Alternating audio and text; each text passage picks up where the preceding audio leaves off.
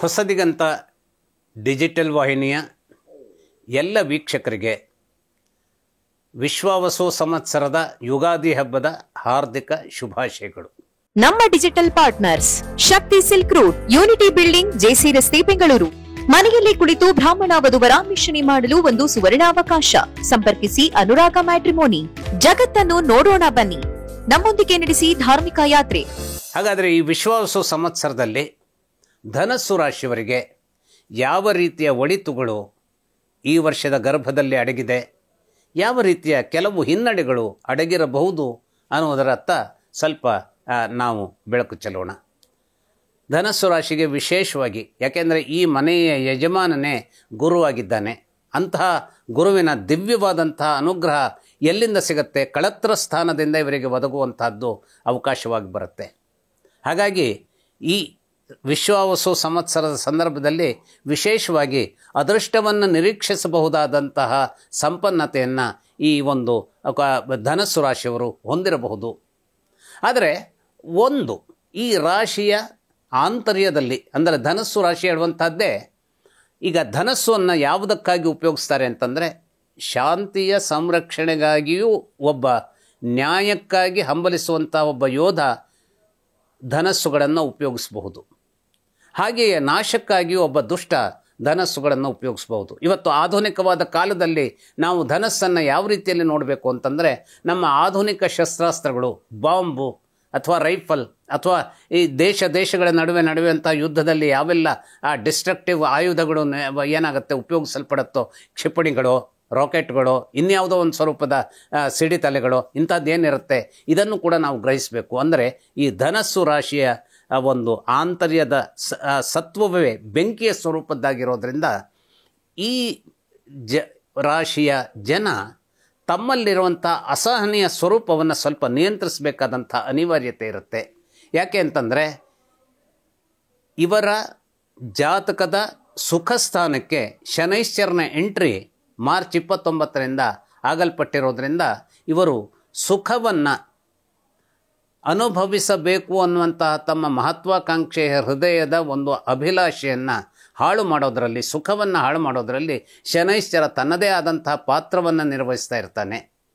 ಆದರೆ ಒದಗಿ ಬರುವಂತಹ ಒಂದು ಅದ್ಭುತವಾದಂತಹ ಶಕ್ತಿ ಏನು ಅಂದರೆ, ಇವರ ಮನೆ ಯಜಮಾನನೇ ಆಗಿರುವಂತಹ ಗುರು ಬಲವನ್ನು ಹೊಂದಿ ಮಿಥುನದಲ್ಲಿ ಇರ್ದಿರೋದ್ರಿಂದ, ಮತ್ತು ಒನ್ಸ್ ಅಗೇನ್ ಈ 7ನೇ ಮನೆ ಹೇಳುವಂಥದ್ದು ಬಾಳ ಸಂಗಾತಿಯ ಬಗೆಗೆ ಹೇಳ್ತಾ ಇರುವಂತಹ ಸಂದರ್ಭದಲ್ಲಿ ಈ 7ನೇ ಮನೆಯ ಇನ್ನೊಂದು ಸ್ವರೂಪ ಏನು ಅಂತಂದರೆ, ಅನೇಕ ರೀತಿಯಲ್ಲಿ ನಮ್ಮ ವಿಸ್ತೃತವಾದಂತಹ ಜ್ಞಾನವನ್ನು ಸಂವರ್ಧನೆಗೊಳಿಸಲಿಕ್ಕೆ ಬೇಕಾದಂತಹ ಸಂಯಮವನ್ನು ಮತ್ತು ಜ್ಞಾನಕ್ಕೆ ಬೇಕಾದಂತಹ ಏಕಾಗ್ರತೆಯನ್ನು ಸಾಧಿಸಬಹುದಾದಕ್ಕೆ ಅವಕಾಶ ಜಾಸ್ತಿಯಾಗಿರುತ್ತೆ. ಹಾಗಾಗಿ ಯಾರು ಈ ಒಂದು ಧನಸ್ಸು ರಾಶಿಯ ಜನರು ತಮ್ಮ ಕೆಲಸಗಳು, ತಮ್ಮ ಕಸುಬು ಅಥವಾ ತಾವು ಕೆಲಸ ಮಾಡುವಂತಹ ಸ್ಥಳದಲ್ಲಿ ಅನೇಕ ರೀತಿಯ ಸಿದ್ಧಿಯನ್ನು ಪಡೆಯಲಿಕ್ಕೆ, ವಿಶೇಷವಾಗಿ ಈ ಕೆಲಸದ ಸ್ಥಳದಲ್ಲಿ ಸಿದ್ಧಿಯನ್ನು ಪಡೆಯುವುದಕ್ಕೆ ಇವರಿಗೆ ನೆರವಿಗೆ ಬರುವಂಥ ಗ್ರಹ ಅಂತಂದರೆ ಬುಧನಾಗಿರ್ತಾನೆ. ಯಾಕೆಂದರೆ 10ನೇ ಮನೆ ಯಜಮಾನ ಕರ್ಮಸ್ಥಾನದ ನಾವು ಯಾವ ಕೆಲಸವನ್ನು ಮಾಡ್ತೇವೋ ಆ ಮನೆ ಯಜಮಾನ ಬುಧನಾಗಿರೋದ್ರಿಂದ ಬುಧನ ಸಂಪನ್ನವಾದಂತಹ ಶಕ್ತಿ ಇವರಿಗೆ ದೊರಕೋದು ಯಾವ ಅನುಮಾನವೂ ಬೇಕಾಗಿಲ್ಲ. ಯಾಕೆಂದರೆ ಆ ರಾಶಿಯಲ್ಲೇ ಬುಧನು ಯಾವ ಮನೆಯ ಯಜಮಾನನೋ ಆ ಮನೆಯ ಒಂದು ಮಿಥುನ ರಾಶಿಯ ಯಜಮಾನವನ್ನು ಈ ಬುಧ ಪಡೆದಿರ್ತಾನೆ. ಹಾಗಾಗಿ ಆ ಬುಧನ ಮನೆಯಲ್ಲಿ ಜ್ಞಾನ ಸಂವರ್ಧನೆಗೆ ಬೇಕಾದಂತಹ ಶಕ್ತಿಯನ್ನು ಹೊಂದಿರತಕ್ಕಂತಹ ಗುರುವು ಬೌದ್ಧಿಕವಾದಂತಹ ವಿಚಾರಗಳ ತತ್ವಗಳಿಗೆ ಅಧಿಪತಿಯಾದಂತಹ ಬುಧನ ಮನೆಯಲ್ಲಿರುವಾಗ ತಮ್ಮ ಅಸಹನೆಗಳನ್ನು ನಿವಾರಿಸಿಕೊಳ್ಳುವುದರತ್ತ ತಮ್ಮ ಗಮನವನ್ನು ಅಥವಾ ತಮ್ಮ ಚೈತನ್ಯವನ್ನು ಗಟ್ಟಿ ಮಾಡಿಕೊಳ್ಳುವಂಥ ವಿವೇಕ ಇವರಿಗೆ ಒದಗಿ ಬರೋದರಿಂದ ಈ ಒಂದು ಸಂದರ್ಭದಲ್ಲಿ ಯುದ್ಧಕ್ಕಾಗಿ ಅಥವಾ ಶಸ್ತ್ರಾಸ್ತ್ರಗಳ ಉಪಯೋಗಕ್ಕಾಗಿ ನಾವು ಏನನ್ನೋ ಮಾಡಬೇಕು ಅನ್ನುವಂಥ ತಹತಃ ಇದ್ದರೂ ಕೂಡ ಇವರು ನಿಯಂತ್ರಿಸಬಹುದಾದಂಥದ್ದಕ್ಕೆ ಸದಾವಕಾಶಗಳನ್ನು ಇವರೇ ನಿರ್ಮಾಣ ಮಾಡಿಕೊಳ್ತಾರೆ ಹಾಗೂ ಶಾಂತಿಯನ್ನು ನಿರ್ಮಾಣ ಮಾಡಿಕೊಳ್ತಾರೆ. ಈ ಶಾಂತಿಯ ಮೂಲಕವಾಗಿ ಇವರಿಗೆ ನೆರವೇರಬಹುದಾದಂತಹ ಸಹಾಯ ಏನು ಅಂತಂದರೆ, ವೈರಿಗಳು ಇವರಿಗೆ ಗೆಳೆಯರಾಗಿ ನಿಲ್ಲುವಂತಹ ಒಂದು ಅದ್ಭುತ ಈ ವರ್ಷದಲ್ಲಿ ಸೃಷ್ಟಿಯಾಗುತ್ತೆ. ವೈರಿಗಳು ಗೆಳೆಯರಾದಾಗ ಏನಾಗುತ್ತೆ? ಮನಸ್ಸಿನ ಶಾಂತಿ ಸಂವರ್ಧನೆ ಆಗುತ್ತೆ. ಮನಸ್ಸಿನ ಶಾಂತಿ ಸಂವರ್ಧನೆ ಆದಾಗ ಏನಾಗುತ್ತೆ? ನಮ್ಮ ಸಂದರ್ಭದ ಅನೇಕ ಸಕಾರಾತ್ಮಕವಾದ ಕೆಲಸಗಳು ನಮಗೆ ತಿಳಿಯದಂತೆಯೇ ಅದು ಗೆಲ್ಲುವುದರತ್ತ ತನ್ನ ಒಂದು ದಾಪುಗಾಲನ್ನು ಇಡುವಂಥ ಒಂದು ವಿಚಿತ್ರವಾದಂಥ ಬೆಳವಣಿಗೆ, ವಿಸ್ಮಯಕಾರಿ ಬೆಳವಣಿಗೆಯೂ ಕೂಡ ನಡೆದು ಬಿಡುತ್ತೆ. ಹಾಗಾಗಿ ಶನೈಶ್ಚರನಿಂದ ಸುಖ ಹಾಳುವಾಗುವಂತಹ ಒಂದು ಸಂದರ್ಭದ ಒಂದು ಜ್ವಾಲೆ ಈ ವರ್ಷದ ಆಂತರ್ಯದಲ್ಲಿ ಇದ್ದರೂ ಕೂಡ ಬುಧನ ಮೂಲಕವಾಗಿ ಅನೇಕ ರೀತಿಯ ಸಿದ್ಧಿಗಳು ಈ ಒಂದು ಧನಸ್ಸು ರಾಶಿಯವರಿಗೆ ಒಂದು ರೀತಿಯ ಚೈತನ್ಯದ ಚಿಲುಮೆಯಾಗಿ ಚಿಮ್ಮುವಂತಹ ಒಂದು ಅವಕಾಶ ಇರೋದರಿಂದ ಬೌದ್ಧಿಕವಾಗಿ ತಮ್ಮ ಕೆಲಸಗಳನ್ನು ನಿರ್ವಹಿಸಿಕೊಂಡರೆ ಇವರ ಕೆಲಸದ ಸ್ಥಳದಲ್ಲಿಯೇ ಅನೇಕ ರೀತಿಯ ಒಂದು ಬೆಳವಣಿಗೆಗಳನ್ನು ಕಾಣಿಸುವಂಥ, ಅಥವಾ ಯಾವುದೋ ಒಂದು ಕೆಲಸ ಇದೆ, ಆ ಕೆಲಸವನ್ನು ಬಿಟ್ಟು ಇನ್ನೊಂದೆಡೆ ನಾವು ಈ ಕೆಲಸವನ್ನು ಬಿಟ್ಟು ಇನ್ನೊಂದು ಕಡೆ ಹೋಗಬಹುದೇ ಅನ್ನುವಂಥದ್ದಕ್ಕೆ ಏನಾದರೂ ಯೋಚನೆಗಳಿದ್ದಲ್ಲಿ ಈ ಕೆಲಸವನ್ನು ಬಿಟ್ಟು ಇನ್ನೊಂದು ಕೆಲಸವನ್ನು ಹಿಡಿಯಬಹುದಾದಂಥದ್ದಕ್ಕೂ ಕೂಡ ಅನೇಕ ರೀತಿಯ ಒಂದು ಸದಾವಕಾಶ ನಿರ್ಮಾಣವಾಗುವುದಕ್ಕೆ ಈ ಒಂದು ಧನಸ್ಸು ರಾಶಿಯವರಿಗೆ ಅವಕಾಶಗಳು ಹೇರಳವಾಗಿರ್ತವೆ. ಅಷ್ಟೇ ಅಲ್ಲ, ಈ ವರ್ಷ ಹೆಚ್ಚಿನ ಪ್ರಮಾಣದ ತಮ್ಮ ಸಂಪಾದನೆಯ ಆ ಒಂದು ಉಳಿತಾಯ ಅನ್ನುವಂಥದ್ದೇನಿದೆ ಅದನ್ನು ಭೂಮಿಯ ಬಗೆಗಾಗಿ ಇವರು ವ್ಯಯಿಸುವಲ್ಲಿ, ಅಥವಾ ವಜ್ರಾಭರಣಗಳನ್ನು ಖರೀದಿ ಮಾಡುವಲ್ಲಿ, ಅಥವಾ ಹೊಸ ಮನೆಗಳನ್ನು ಖರೀದಿಸುವಲ್ಲಿ, ಅಥವಾ ಇನ್ಯಾವುದೇ ಒಂದು ರೀತಿಯಲ್ಲಿ ಯಾವುದೋ ಒಂದು ತಾವು ನಡೆಸುತ್ತಿರುವಂಥ ಉದ್ಯಮವನ್ನು ಎಕ್ಸ್ಟೆಂಡ್ ಮಾಡ್ಕೊಳ್ತೇವೆ, ಇನ್ನಿಷ್ಟು ವಿಸ್ತರಿಸ್ಕೊಳ್ತೇವೆ ಅನ್ನುವಂಥ ವಿಚಾರವನ್ನು ಇವರು ಹೊಂದಿದ್ದಲ್ಲಿ, ಅಥವಾ ಇನ್ನೂ ಒಂದು ರೀತಿಯಲ್ಲಿ ನಾವು ನಡೆಸಬಹುದಾದಂತಹ ಕೆಲಸ ಏನಿತ್ತು ಅದರ ಜೊತೆಗೆಯೇ ಅದಕ್ಕೆ ಬೇಕಾದಂಥ ಒಂದು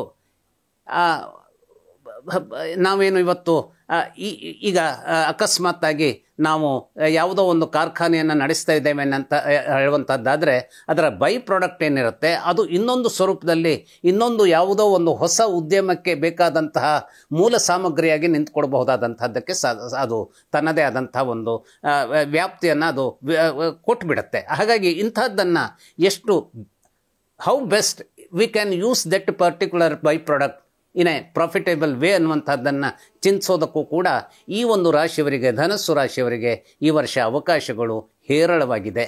ಎಚ್ಚರ ಇರಬೇಕಾದಂಥದ್ದು ಒಂದೇ ಒಂದು, ಏನು ಆರೋಗ್ಯದ ಬಗೆಗಾಗಿನ ಎಚ್ಚರ ಹೇಳುವಂಥದ್ದು ಹೌದಾದರೂ ಕೂಡ ಆ ಆರೋಗ್ಯದ ಬಗೆಗಾಗಿನ ಎಚ್ಚರದಲ್ಲಿಯೂ ಕೂಡ ಇವರ ಮಟ್ಟಿಗಿನ ಈ ವರ್ಷದ ಒಂದು ಸಂತೋಷದ ವಿಚಾರ ಏನು ಅಂತಂದರೆ, ಆರೋಗ್ಯವನ್ನು ಕೆಡಿಸಬಹುದಾದಂಥ ಚಂದ್ರನೂ ಕೂಡ ಇವರ ಪಾಲಿಗೆ ಏನಾಗಿರ್ತಾನೆ, ಈ ವರ್ಷದ ಪ್ರಧಾನಮಂತ್ರಿತ್ವವನ್ನು ಚಂದ್ರನೇ ಪಡೆಯುವನಾಗಿರೋದ್ರಿಂದ ಆ ಚಂದ್ರ ಆರೋಗ್ಯದ ವಿಚಾರದಲ್ಲಿ ಇವರಿಗೆ ಹೆಚ್ಚಿನ ಚೈತನ್ಯವನ್ನೇ ಕೊಡ್ತಾನೆ ಹೊರತು ಈ ವರ್ಷ ಇವರ ಆರೋಗ್ಯವನ್ನು ಕೆಡಿಸುವಂಥದ್ದರ ಗೋಜಿಗೆ ಅವನು ಹೋಗಲಾರ. ಅಷ್ಟೇ ಅಲ್ಲ, ಚಂದ್ರನೂ ಕೂಡ ಇವರ ಪಾಲಿನ ಅನೇಕ ರೀತಿಯ ಅಂದರೆ ಒಂದು ಸಂಪತ್ತಿನ ಬಗೆಗಾಗಿನ ಅಥವಾ ಆರ್ಥಿಕತೆಯ ಬಗೆಗಾಗಿನ ಒಂದು ಸಿದ್ಧಿಗೆ ಬೇಕಾದಂತಹ ಒಂದು ಮೂಲ ವಸ್ತುವನ್ನು ಅಥವಾ ಆ ಒಂದು ನಾವು ಏನು ಹೇಳ್ತೇವೆ ನಿಕ್ಷೇಪ ಅಂತ ಏನು ಹೇಳ್ತೇವೆ ಅದನ್ನು ಒದಗಿಸೋದಕ್ಕೆ ಬೇಕಾದಂತಹ ಸಹಾಯಸ್ತವನ್ನು ಚಂದ್ರ ಕೊಡೋದಕ್ಕೆ ಸನ್ನದ್ಧನಾಗಿರ್ತಾನೆ. ಹಾಗಾಗಿ ಈ ವರ್ಷದ ಪ್ರಧಾನಮಂತ್ರಿಯೇ ಚಂದ್ರನಾಗಿರೋದ್ರಿಂದ ಅವನು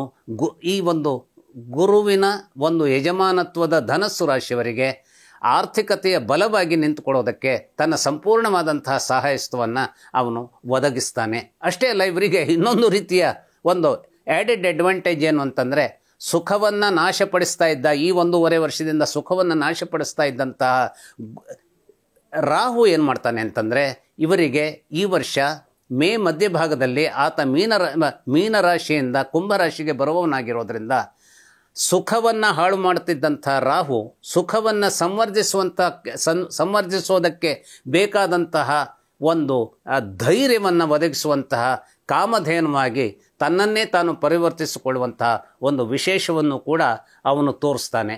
ಅಷ್ಟೇ ಅಲ್ಲ, ಈ ಒಂದು ಸಂದರ್ಭದಲ್ಲಿ ಇನ್ನೊಂದು ರೀತಿಯ ಸಣ್ಣ ಹಿನ್ನಡೆ ಅಂತಂದರೆ, ಕೇತು ಮಾತ್ರ ಭಾಗ್ಯವನ್ನು ಹಾಳು ಮಾಡುವಂಥ ವಿಚಾರದತ್ತ ತನ್ನ ಶಕ್ತಿಯನ್ನು ಏನು ಮಾಡ್ತಾನೆ, ಅಡೆತಡೆಗಳನ್ನು ಅಂದರೆ ಈ ಒಂದು ಧನಸ್ಸು ರಾಶಿಯವರಿಗೆ ಅಡೆತಡೆಗಳನ್ನು ತರೋದಕ್ಕೆ ಎಲ್ಲ ರೀತಿಯ ಹೆಣಗಾಟವನ್ನು ನಡೆಸ್ತಾನೆ. ಯಾಕೆಂದರೆ ಅವನು ಭಾಗ್ಯದ ಮನೆಗೆ ಬಂದಿರ್ತಾನೆ.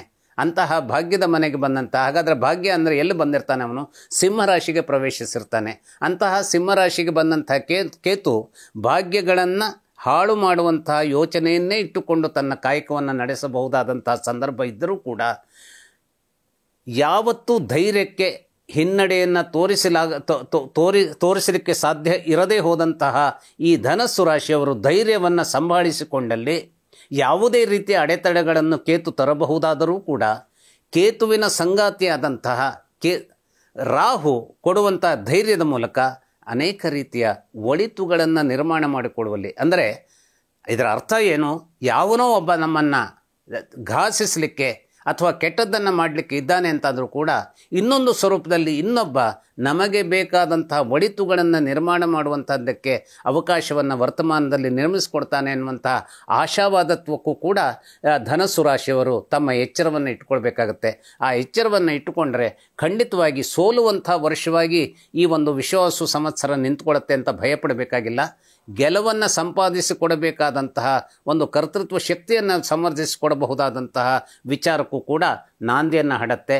ಈ ನಾಂದಿಯ ಒಳಿತಿಗಾಗಿನ ನಾಂದಿಯನ್ನು ಹಾಡಬಹುದಾದಂತಹ ಈ ಒಂದು ವಿಶ್ವಾವಸು ಸಂವತ್ಸರ ಧನಸ್ಸು ರಾಶಿಯವರಿಗೆ ಸಂಪೂರ್ಣವಾದಂಥ ಸಿದ್ಧಿಯನ್ನು ಕೊಡಲಿ ಅಂತ ಆಶಿಸ್ತಾ ಇದನ್ನು ಮುಗಿಸ್ತಾ ಇದ್ದೇನೆ. ನಮಸ್ಕಾರ.